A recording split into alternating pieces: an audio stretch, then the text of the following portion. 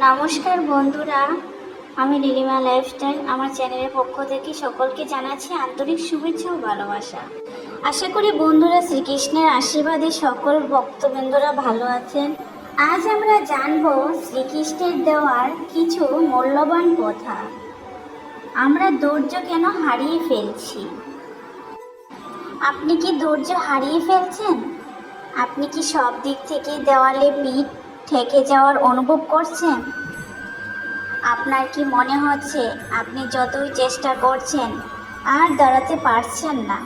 পরিস্থিতি যতই খারাপ হচ্ছে আপনি ঠিক বুঝতে পারছেন না কি করবেন।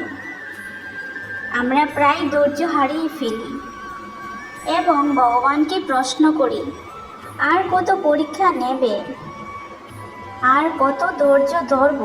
কিন্তু আপনি কি জানেন মহাভারতে পঞ্চপাণ্ডবদের কথা? পাণ্ডবরা 13 বছর বনবাস কাটিয়েছিলেন সেই ধৈর্যের জুড়ে। আর তাদের ধৈর্যের সবচেয়ে বড় পরীক্ষা ছিল সেই দীর্ঘ সময়ের পরিক্রমা। শ্রীকৃষ্ণ তাদের সাথে সরাসরি যুদ্ধ করেননি, কিন্তু তাদের ধৈর্য ধরতে শিখিয়েছিলেন। আজ এই ভিডিওর মাধ্যমে আমরা জানব কেন আমরা এই চরম পরীক্ষাগুলোর সময় ধৈর্য হারিয়ে ফেলি। অনেক সময় কিভাবে ধৈর্য ধরতে হয়, পরিস্থিতির সম্মুখীন হতে হয়, সেটা আমরা বুঝতে পারি না। কিভাবে শ্রীকৃষ্ণের দেওয়া সেই মহাশক্তি যা আমাদের ধৈর্য ধরতে সাহায্য করবে। শ্রীকৃষ্ণের সেই মহাশক্তি ধৈর্য ব্যবহার করে আপনি যে কোনো হারানো যুদ্ধ জয় করতে পারেন। আজকে আমার এই ভিডিওর প্রতিটি কথা আপনার ভেঙে পড়া মন নতুন আশার প্রদীপ জ্বালাবে। তাই বন্ধুরা, আমার এই ভিডিওটি শেষ পর্যন্ত দেখার অনুরোধ রইল। নমস্কার বন্ধুরা, স্বাগত আমার চ্যানেলে। আজ আমরা আমাদের জীবনের সবচেয়ে বড় গুণের কথা শুনব, যা হলো আমাদের ধৈর্য।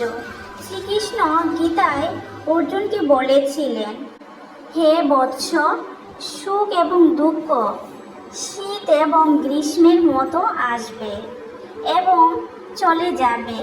এগুলো স্থায়ী নয়। শীত যেমন আসে তেমনি চলে যায়, গ্রীষ্ম যেমন আসে তেমনি চলে যায়। এগুলো স্থায়ী নয়। তাই হে অর্জুন, তুমি ধৈর্য ধরো এবং পরিবর্তনগুলোকে সহ্য করতে শেখো।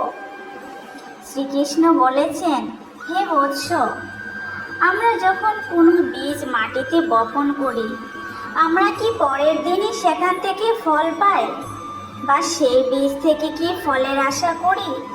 তখন অর্জুন বলল, না, আমরা জানি গাছটি বড় হতে সময় লাগবে, তার খাবারের প্রয়োজন, জল লাগবে এবং তার জন্য পর্যাপ্ত পরিমাণ সূর্যের আলো লাগবে। খাবার দিতে হবে, প্রাকৃতিক সূর্যের আলো ঠিকঠাক লাগবে। আমাদের জীবনও ঠিক তেমনই।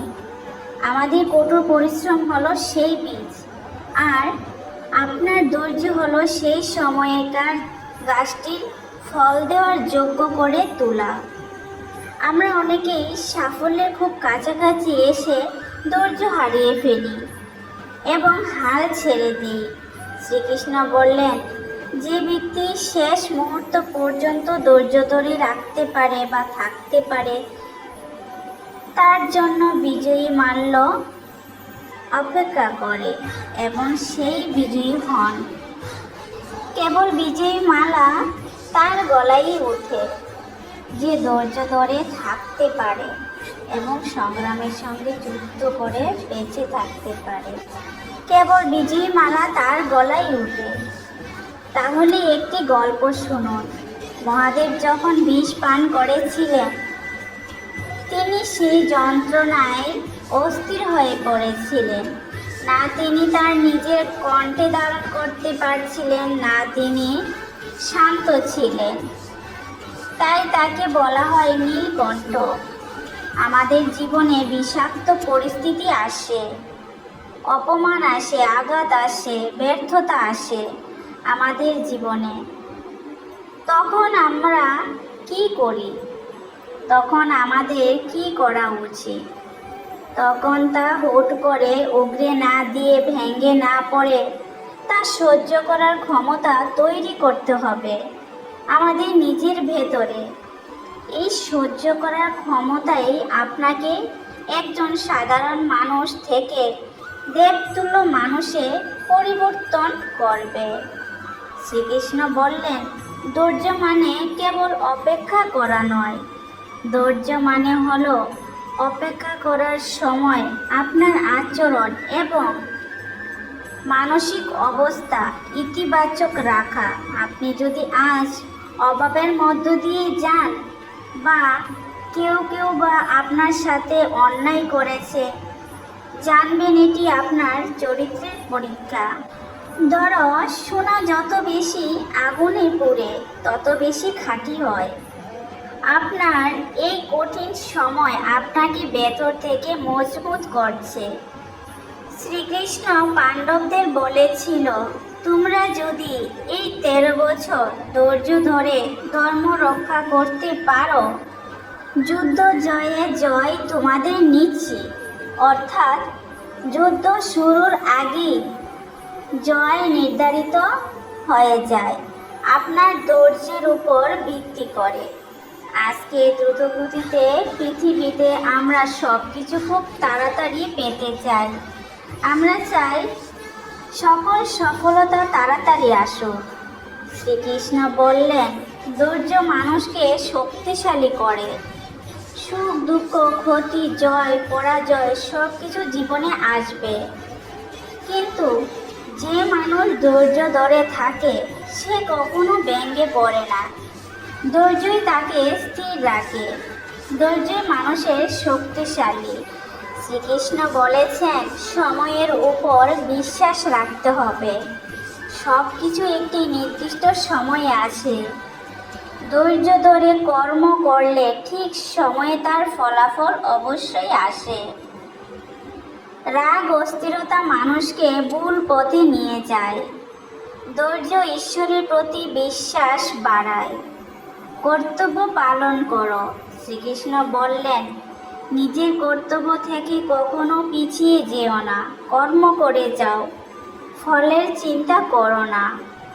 ভগবান শ্রীকৃষ্ণ যখন কুরুক্ষেত্রের যুদ্ধে অর্জুনকে উপদেশ দিয়েছিল, ভগবদ গীতার 18 নম্বর অধ্যায়, যেখানে শ্রীকৃষ্ণ শেষবারের মতো খুব গভীর একটি কথা বলেছিলেন, সব ধর্ম কর্মের অহংকার ও জটিলতা ত্যাগ করে তুমি শুধু আমার শরণে এসো, আমি তোমাকে সব পাপ থেকে মুক্তি দেব। শ্রীকৃষ্ণের 3টি বড় শিক্ষা হলো, ভগবানের উপর বিশ্বাস রাখো, নিজের কর্তব্য পালন করো, ভয় দুঃখ না করে ঈশ্বরের আশ্রয় নাও। এই উপদেশ শোনার পর অর্জুন বললেন, হে কৃষ্ণ, আমার মোহ দূর হয়েছে, আমি আপনার কথা মতোই করব। বন্ধুরা, আজকে আলোচনা কি আপনাকে একটু ধৈর্য ধরার সাহস জাগিয়েছে? আপনি কি আজ যে কোনো পরিস্থিতির সাথে লড়াই করতে নতুন শক্তি পেয়েছেন? আমার আজকের ভিডিও যদি আপনাদের কাছে কোনো অংশে উপকৃত হয়ে থাকে, তাহলে চ্যানেলটি সাবস্ক্রাইব করে পাশে থাকবেন। অবশ্যই পাশে থাকা বেল আইকন ক্লিক করে রাখবেন। আরও পৌরাণিক কাহিনী নিয়ে আসব, ততক্ষণ ভালো থাকবেন। ভিডিওটি সম্পূর্ণ দেখার অনুরোধ রইল। কমেন্টে অবশ্যই জয় শ্রীকৃষ্ণ লিখুন।